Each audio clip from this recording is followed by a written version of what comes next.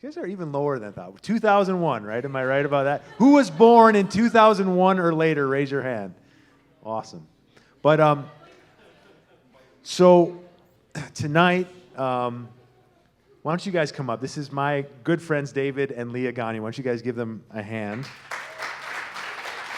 And what we're going to do is we're going to kind of do like a roundtable dialogue kind of engagement with the hope that they can share from their incredible life experience and help you guys. I think the theme of tonight, we'll touch on a lot of things, is how do we grow into maturity in our faith and in our lives? What does that take? And I know you guys are focusing a lot on the now, just getting through that next exam or, whatever. But God is building a future in your life right now. And we want to talk about some advice and thoughts about that. So just to talk a little bit more about these guys, we met in college there. Freshman year was my junior year, but my junior year, as some of you have heard some of my story, was the year I finally repented of my wayward ways and met Jesus, and my life changed. So we kind of came into the Chi Alpha community together at the same time. And God really began to, we had a community just like this, and God began to change in our lives. These guys have a unique story after graduation. They went to this place. Has anybody heard of the International House of Prayer in Kansas City? Raise your hand if you've heard of that. Okay, it's maybe a quarter or a third of the group. So that's a really special place that I think was planted in 1999, something like that, where God has called a community to 24-hour worship and prayer, 7 days a week. It's been going on for 25 years now, almost. Yeah, before we started college, right? Yeah, which is amazing. And their whole mission is to glorify Jesus and to spread that. So they spend some time there doing a lot of things, but they've gone through a lot of transitions and maturing processes. They now are working in the marketplace. Actually, Leah's in school now. Yep. David works as a software engineer for Garmin. So any of you guys, who's studying engineering in this room? I know we got a lot. So yeah, he's got a lot of experience in building his career and all that. And now they have 3 amazing kids who you'll see walking around the back. Wave your hand, kids. Yeah. Thanks for being here. You're awesome.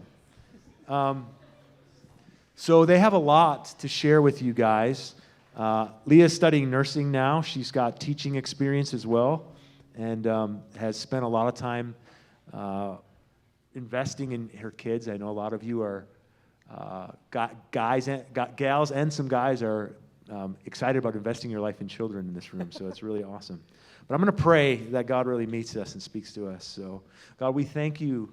I thank you for old friends, Lord, and as we said earlier, it's amazing that for 25 years, since 1994, when Chuck and Sally planted Chi Alpha Duluth here, God, you've been changing lives. And we thank you that you're still doing that. And I pray that everyone's story tonight could be wrapped up in your grand story. So show us all in this room just how to take the next step in your story for our lives, God. So we love you. We trust you. In Jesus' name. So they're going to be talking about kind of what it takes to grow in our faith and how that's not a given. But it's not always like hard work and investment. There's a lot of joy and fun in our faith. And we've been laughing and joking all day about some of the shenanigans and things that happened to us when we were. Did somebody just comment about my shenanigans word? Did I hear that? Did I hear an echo back there? Like, who says that word? It's okay. I'm old. I get it. So I wanted my first question to you guys, or to David, was more involved in this with Leah, because, guys, as we experienced this past weekend, our frontal cortexes don't function very well when we're in college sometimes. But I was going to ask you, what were some of the silliest, funnest pranks, things you pulled, shenanigans you were involved in when you were in college? Well, I mean, we were talking earlier. The prank war was probably some of the worst of it. I'd say. We both got dragged in kind of later in on this prank where there's like, I don't know, you probably like there's people staying in houses together, right? And you go hang out at each other's houses. Well, I live with 3 other guys, And then like there's this other house with these 3 other girls. And then there was like a couple more houses, kind of like the same kind of thing. And there was like kind of a guys versus girls prank war kind of started. And it was started like really kind of minor, like, what were some of the minor ones it started with? Like just leaving stuff outside their house that shouldn't be there, like pretty inane stuff. And then like someone hung soup cans from like somebody's tree, right? Yeah, like yeah, stuff like that. And then like it kind of escalated, like someone, I'm not giving you ideas, okay? Like don't do this. Like we are not endorsing anything we're saying right now. No, and we got Don't in trouble. say you got it from Chi Alpha. We got in trouble for a lot of these things. Someone lit a washing machine on fire in their backyard. Yep, that was a big one. Yep. One night it was freezing. We went and like stuck butt wipes on their windows, and it like froze on there overnight, and like their whole house is like plastered in butt wipes. Do you mean like baby wipes? So, say butt wipes. Yeah, baby wipes, Baby whatever. wipes? You know what I'm talking about. Yes. So it really escalated when dead animals got involved in this, and that's where I come into the story, because I was in a third-party house, and we saw this prank war happen. Yeah. We thought we were going to jump in on this and get both sides even more mad at each other. And we were hanging out at my house, and this bird literally nosedived out of the sky and hit the sidewalk right in front of us as we're sitting on the porch and died. So we decided to hang it on a hanger and hang it from their porch. So like when the gals walked out of their house, they would see this. Well, we thought they would assume that this guy house had did it. Well, there had been this story going around about these Satanists who were persecuting Christians around the time. And so I show up to our Chi Alpha summer service that night, and the pastor's he see him talking seriously, like, what, you guys you're scared for your lives? Like, do we need to call the cops? And I had to go walk up to him and say, it was me. I put the dead bird on there. And there was another story about some deer Yeah, guts. we don't need to go into the other things. There's some worse ones. So, well, the other one that was really bad, again, no idea. Someone snuck into my house and We don't know who this someone was. lit a stink bomb in the kitchen, and in like an ice cream bucket or something. And of course, like it melted through the bucket and melted through the floor and left a hole in our floor. Anyone who rents a house on Woodland Avenue might still see the stain, the burn mark from the fireworks and stink bomb. Anyway, the other thing. I just want to share too. Like there was a lot of other. College is a great time, and like Leah and I, we met in college here, and there's a lot of good stuff about building community. I know you guys have been talking about community, and like a lot of that stuff is really, really good, and it can be, especially if you don't do things like that. But like we're going to talk about it a little bit, but it was such a pivotal time for you, for us, and a large part of it was the community and what the Lord was doing in the community at the time. Yeah, for sure. Community was a huge part. Another thing, this is more addressed to you, Leah, is, both David and I weren't always making, we weren't the smoothest. We didn't have the best relationship advice. So maybe you can tell us a little bit about some of the stumblings and foibles, or anything about how you guys got together. I know my wife and I kind of, didn't have the smoothest road to marriage, but I think when it comes to guys and girls, guys, you're really nice and you're really innocent and sweet. But girls are on another level of thinking about relationships. So if you find yourself hanging out with 2 or 3 girls and thinking you're just friends, just don't do it. Pull another guy along, or just say, hey girls, I'm checking out, because you just don't know. Like girls, we were in that, and I was like, what's going on here? And then Dan was like, I don't think he's into you. After like a year of us dealing with our drama. And then there was some drama, for sure. And then he was like, hey, do you want to go out? And I'm like, you just said you didn't like me.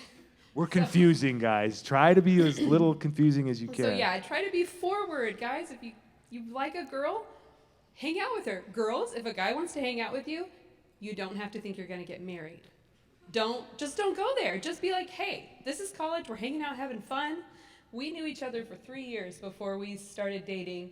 And then we dated for like a year and a half, and then we finally got married. But yeah. Yeah, and girls, like most of these guys don't really know what they're doing. So just be aware, like it's not that they're trying to be mean, they just really don't know what they're doing. They're just clueless. Yeah. It's okay, guys. We're It's with okay. you. And like, Clearly, this is a blanket statement too. I'm sure some of you yeah, guys. some of you are guys know super what you're doing, I'm intelligent. sure, Yeah. but like, be patient with each other. And don't get too crazy. Like, there are some moments where it got a little, like, your emotions get all turned up by that stuff. So be careful. Yeah. So, one thing we love to do in Chi Alpha is to share our stories. I hope you guys do that in small group. I hope you guys do that in your one-on-ones. So let's hear a little bit about your stories and what brought you to Chi Alpha and kind of how you came here and kind of how getting to this community started to work in your life. Yeah. Yeah, and cut us off. We go long on this part, Dan. Sure. So I grew up in church. I grew up in like the Pequot Lakes, Brainerd Lakes area, if anyone knows where that is. Yeah. And my dad was a pastor of the local church in Nisswa. And so I grew up like pastor's kid and homeschooled. So like double-decker weird kid, right?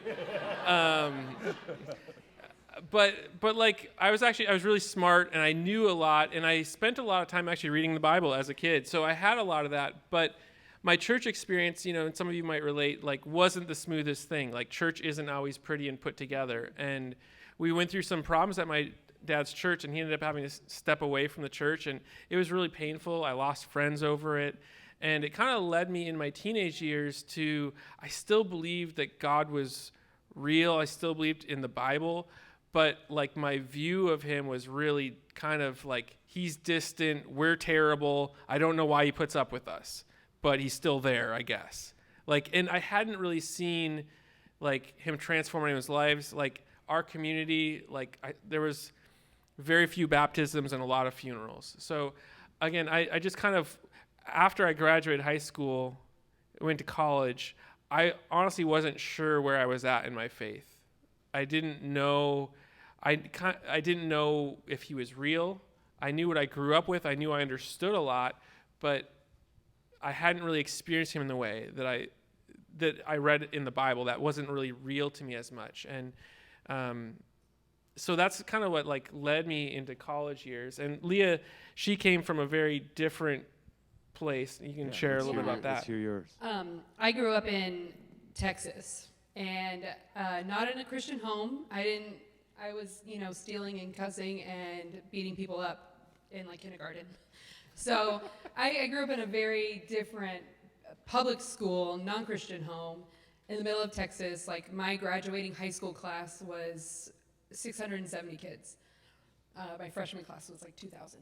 So it was just a very, yeah. And so I decided I didn't want to live there and do that. And like the Lord led me through a couple different places. We'll talk about that for a second. How did you come to the Lord though through that? My mom said, Leah, you're depressed. In 8th grade, you're depressed. You need to go to church.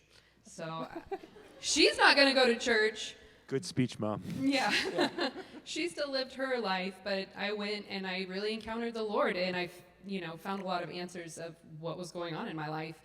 And so I started going to church, and I just really was like, this is what the Bible says, and I fell in love with it. And then, I don't know. I did a year of Bible school up in Canada, met a couple Minnesotans, and they asked me to come live with them instead of moving back to Texas. So I ended up moving to Duluth from there. Sorry. Just to kind of fill in like one other thing, like just from knowing your story, like part of it for her too was she was in a little bit of a similar place of like you were kind of running away from some things and still weren't necessarily solid in your faith. Like you were still figuring things out, right? Yeah. Wouldn't that be true? Yeah. Yeah. I mean, it was one of those I love Jesus, but I cuss a little kind of deals where, in that reality, like Christians don't cuss because cussing is bad. Like I needed a lot of religious structure in my life, and I don't really know why I said all that, but yeah. I was still struggling a lot. Yeah, I was just reflecting on how different your paths were here, yet you came. And I just think about this group. Nobody here is the same. Everyone came from a different story, and that's the most beautiful thing about God, is he wants to weave your story in.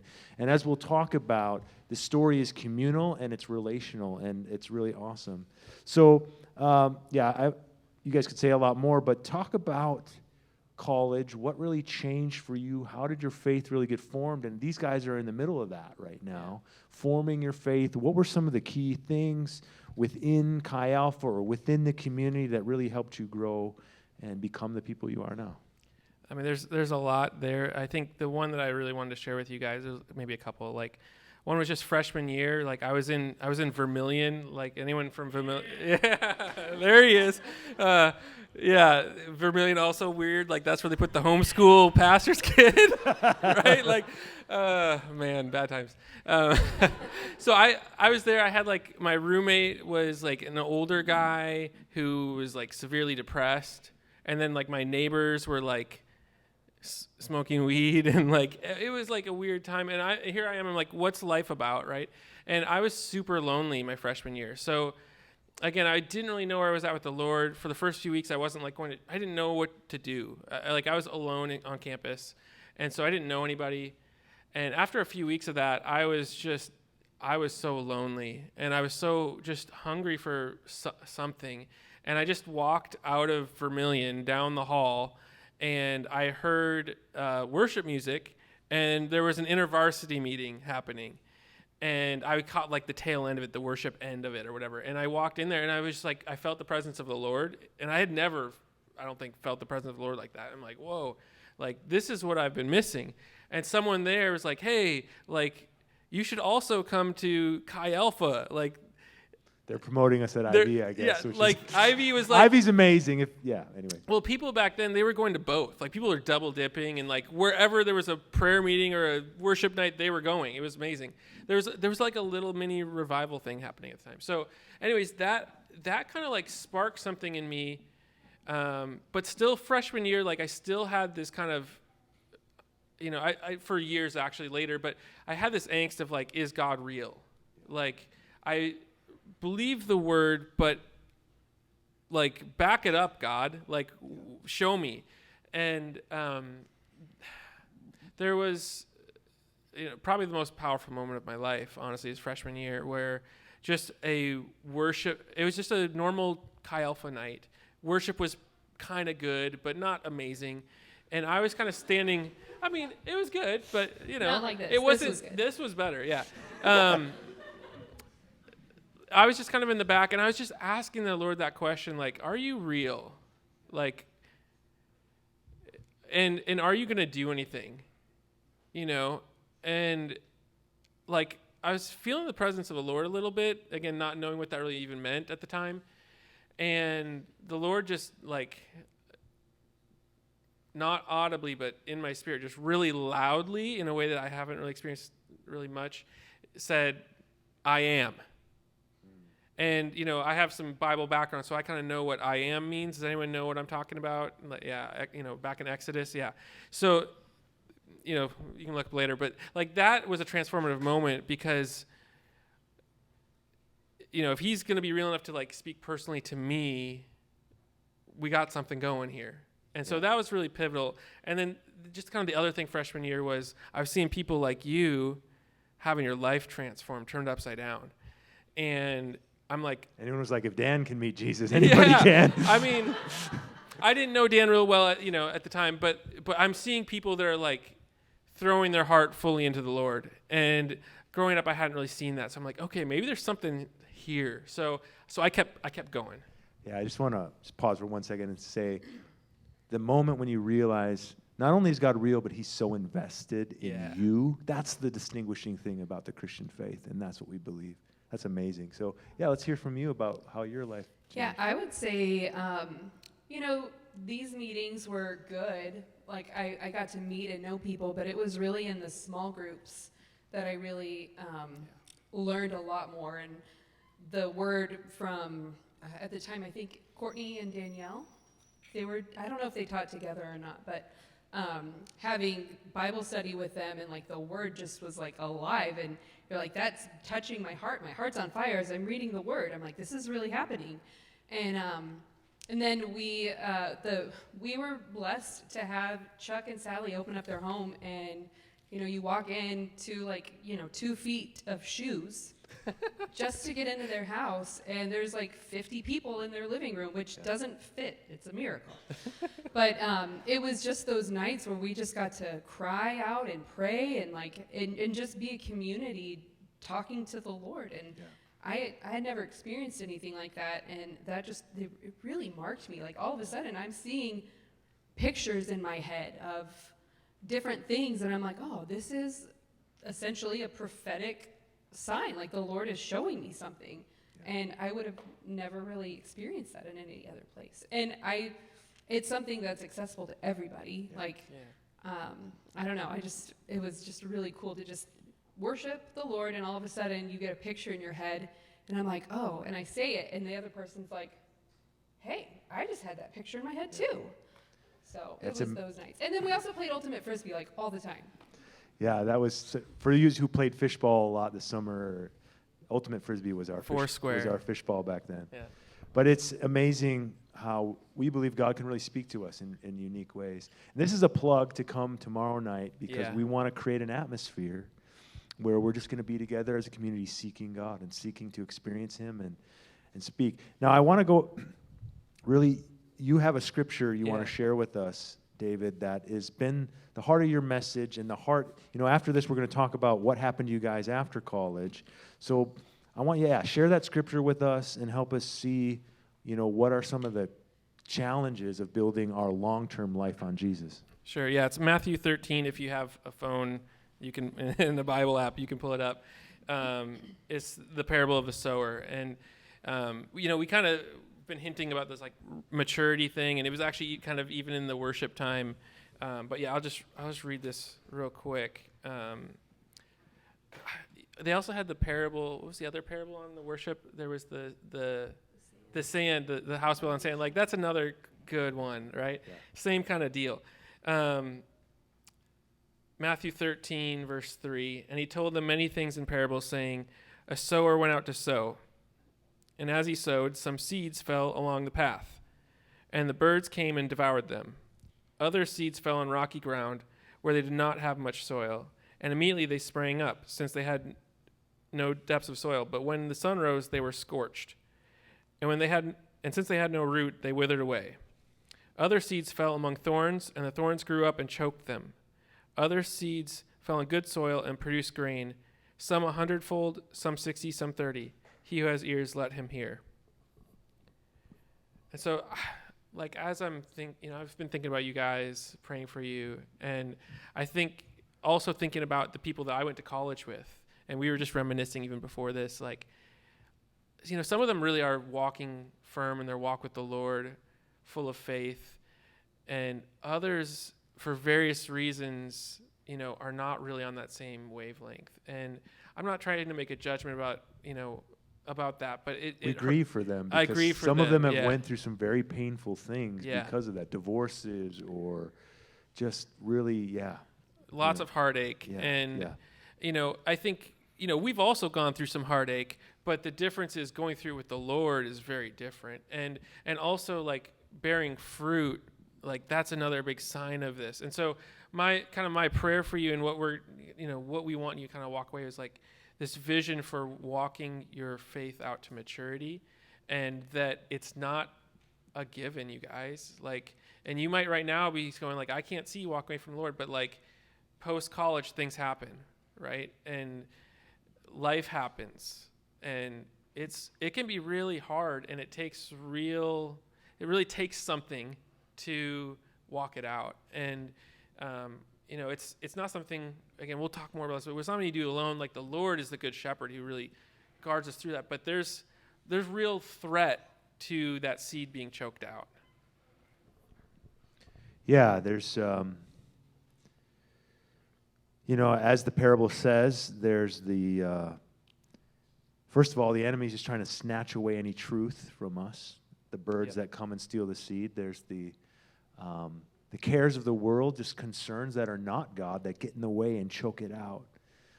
And then there's the trials. The sun scorching is trials of life, because every one of us is going to face them. Many of you have faced many of them, but All of us, no matter how close we walk to God, will face them.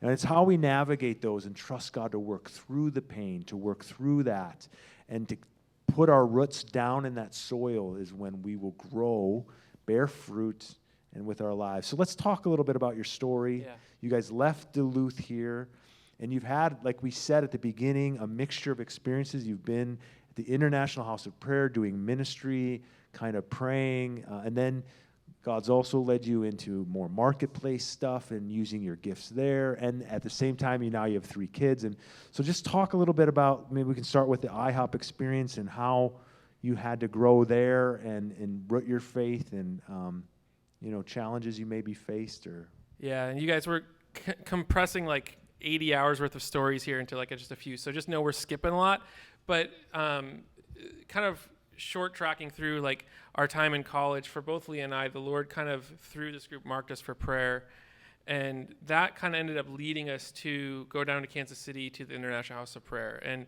the Lord just had a different path for us. It wasn't campus ministry, it wasn't missions, it was this prayer thing that really we didn't know what it was at the time, right? But there was this place that was doing prayer, so we're like, let's go check that out. And so again, what we said earlier about guys not being very bright, like didn't have a plan really for life, right? Like didn't have it all worked out. But Leah and I both kind of separately, while we were dating, moved down there, and then shortly after we got there, got married.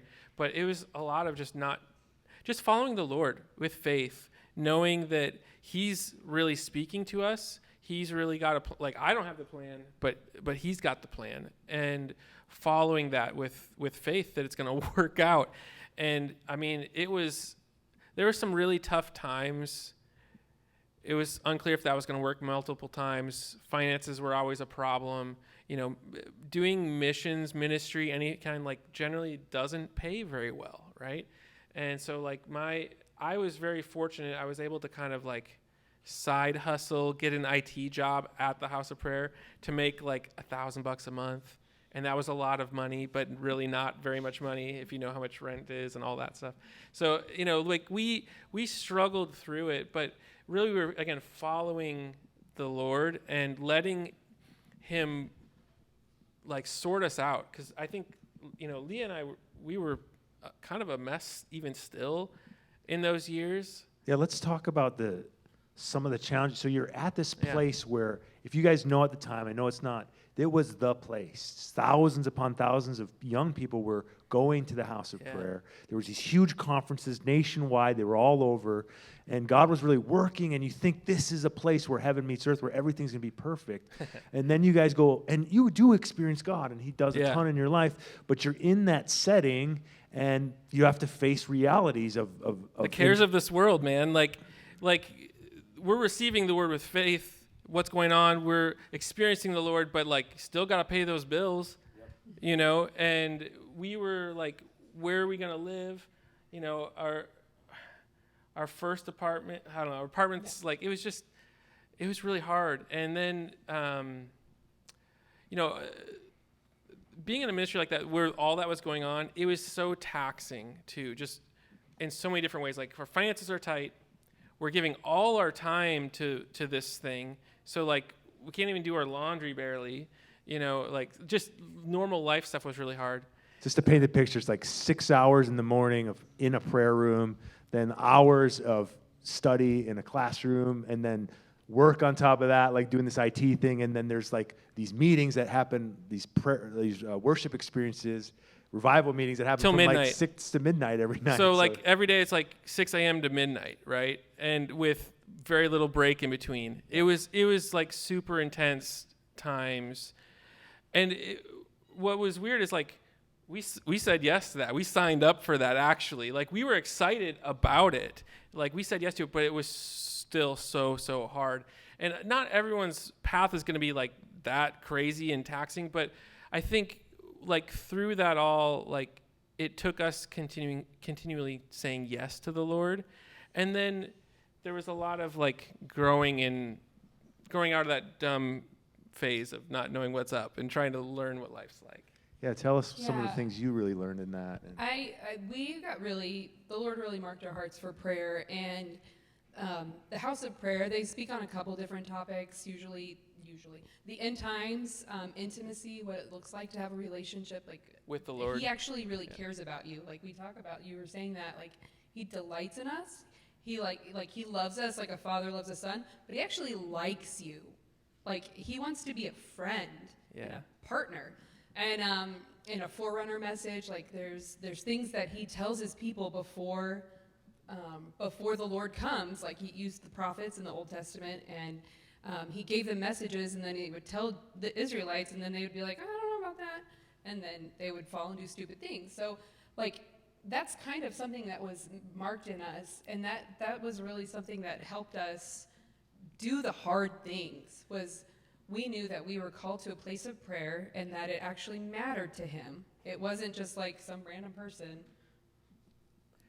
The teaching there was really good, and that really helped us get out of the like to know why we're saying yes to it, and to like put real tangible like theology behind the craziness that we're experiencing, right? Like a lot of things we experienced were pretty crazy, but there was like real theology behind it all. There was really solid teaching, and ultimately, like I think a big part of it was learning to hear the voice of the Lord and say yes to whatever he's doing. And like whatever it is, like you want to heal the sick today, like we're going to go lay hands on people.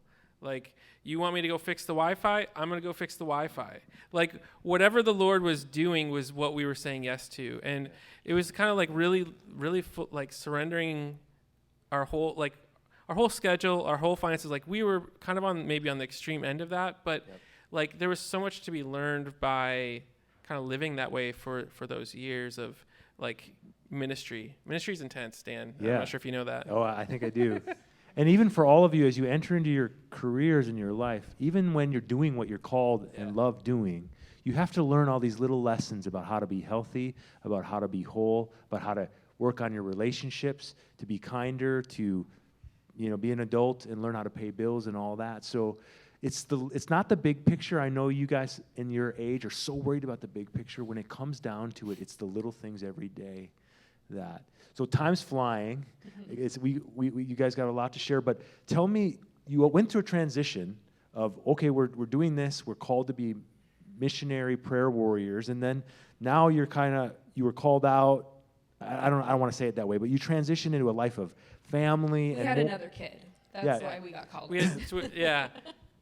So, like, we got married 2008, after being there for 1 year. We had Enoch in 2011. So 3 years later, 3 years without kids. That was great, right? But it was really, with Enoch, that's when, like, oh, hey, we need a house, not just an apartment now, right? And so we were fortunate we were able to get a house, like real life stuff. And then, then we had another one, and then like, okay, I got to get a side job to make ends meet, or maybe two. And then when the third came, it's like, okay, this is really hard financially. And also, there's a lot of things, like the Lord was so gracious to lead us that honestly, a lot of the things the Lord had brought us there for, we had accomplished a lot at that point. We'd been there 10 years. We'd been faithful with everything we'd been given through that time. And really, like, there's a number of things that kind of led us to go, like, I think our time here is done. And that was super hard, but it was the right thing. Yeah. And so the Lord was super gracious to me. My first job after that, again, not making very much money for 10 years. I was super behind on finances and just life. And I was a little bit burnt out, like just tired from working so hard for 10 years and giving everything I had. And my first job after that was working at a country club, fixing their computers, which they had like 50 of. And it was like super easy. And I had to go into this like beautiful country club where I get free golf. And I would do like 20 minutes of work, like, cause it was all super easy, and then just be there just in case they need me, like it was like a sabbatical in a lot of ways. And it was just and it paid really well. Yeah. And it was just the kindness of the Lord. Like He really was rewarding me for the labor I'd put in and the saying yes to all those years. And he knew what I needed, and I needed that year. Yep. And then after that, the Lord helped me get a job at Garmin. I'm pretty gifted in technology things, and I was like, I've lived this nonprofit life. I did this country club thing, but like I feel like I'm probably ready for like real career type stuff that I've been postponing for so long. And the Lord like got me in at Garmin in a very specific spot that fast tracked me, where I went like in 4 years from being like low guy on the totem pole to pretty high guy on the totem pole. So again, the Lord just really gracious and kind to us. And so that's a little bit of it. Leah also has a big part of, a lot of changes through those years as well. Yeah. But I would say, like, as a stay-at-home mom for 11 years, like, being anchored in that, like, God really marked our identities. He really said, like, you are called to prayer, you are called a forerunner, you are called my end-time messenger. And knowing, like, who our identity was in him really, like, set the stage for, we've been in ministry, is 10 years enough? Like, who says that? I asked that. I was like, we can't leave. We're at the house of prayer. Like, this is our identity. And David was reminding us, like, we are called so much. Like, we are not an organization. Our identity is not found in. So good. If Dan, if you left Chi Alpha, your identity is not Chi Alpha. You are a son of God. Amen. And you can do that anywhere. And I when it comes to like sowing seeds, it's like knowing your identity, knowing those things that have marked you from when you accepted the Lord. Like, that's going to lead you through transition after transition, relationship, coworkers, jobs. Yeah. So yeah. That's so good. I just want to pause there. That's what God's wanting to do here in this time in your life, is to mark your identity as not what you do, not what labels are on you, not what's on your resume, none of that, none of your performance. It's all about who we are in him that leads us through that. And so.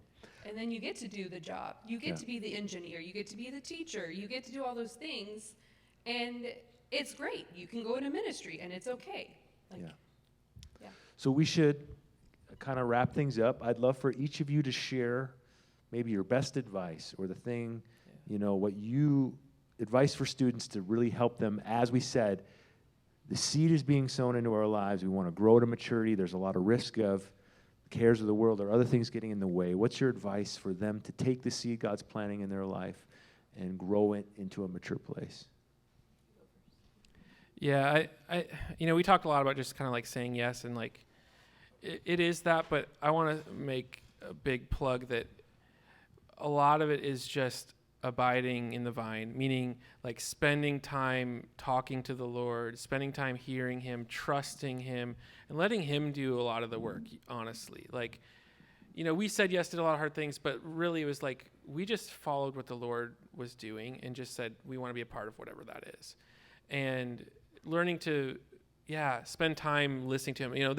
Even in the Chi Alpha years, the Duluth years, like, it's just, going for a long walk when I'm not sure what's going on in life, my brain's not developed yet, and I'm like, Lord, I need help. And just spending time going for a walk, listening to some music maybe, and just, even if it's, you ask him some tough questions, maybe he's not directly answering them, but he's like spending time with you, and you're spending time with him. And that starts to build up that relationship with the Lord, that's what you lean on through the rest of those years, is that relationship thing, that I know how to find you in the place of prayer. And that's really the thing, because the seed, like, growing, it's just, sometimes it's the soil, like, you got to clear out some of the rocks and whatever, but like the Lord's the one that makes that thing grow. It doesn't grow on its own. And That's really good.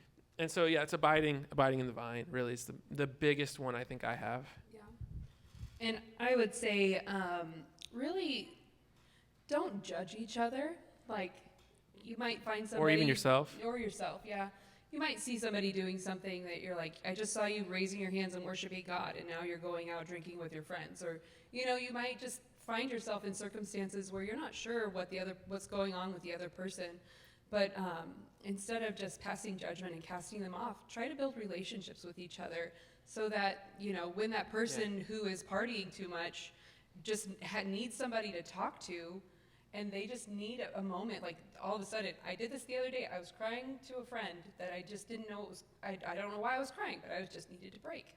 And just making sure that if if somebody feels like you're judging them, then they're not going to open up to you, and they're not going to want to know why God is important to you. So just being open and just having an open hand and an open heart to love others is really, really impactful to anybody. It's so good. I want to double down on that, in that David and I were really close. I remember right before you left and you guys went down, we would go for long walks by the lake, and we were both processing our futures with the girls we were, not making great choices with, but trying to figure out. And, life, we didn't connect a ton for many years, but God's brought us back in seasons, and there's moments we can talk on the phone, and you have to have this first with God where he sees what no one else can see, like David's saying, like when you're abiding, you're with the one who only he can see everything in your heart. But then there's those close ones. So I encourage to build that 2 or 3 or 1 or whoever, the close ones who can know as much as another human can know as you share it and you walk it. And especially one that also connects with the Lord and can pray for you when you need it. Like, it's so clutch. Many of those moments where I'm feeling just broken and clueless in life and just not sure what to do, and calling somebody up on the phone or going for a walk with them, and again, might not have all the answers, but walking together, you're going to get there. And it's so crucial over the years. We were talking about a lot of the relationships that we've maintained over the years, and it gets way harder, you guys, after college to maintain those. And relationships are precious. We just turned 40 this year, and we have some really good friendships, but they're like gold, and they're rare, so we treasure them. Right now, relationships are a little bit easier to form, but it gets harder to hold on to those. Yeah. And they're super, the good ones are super valuable. Amen.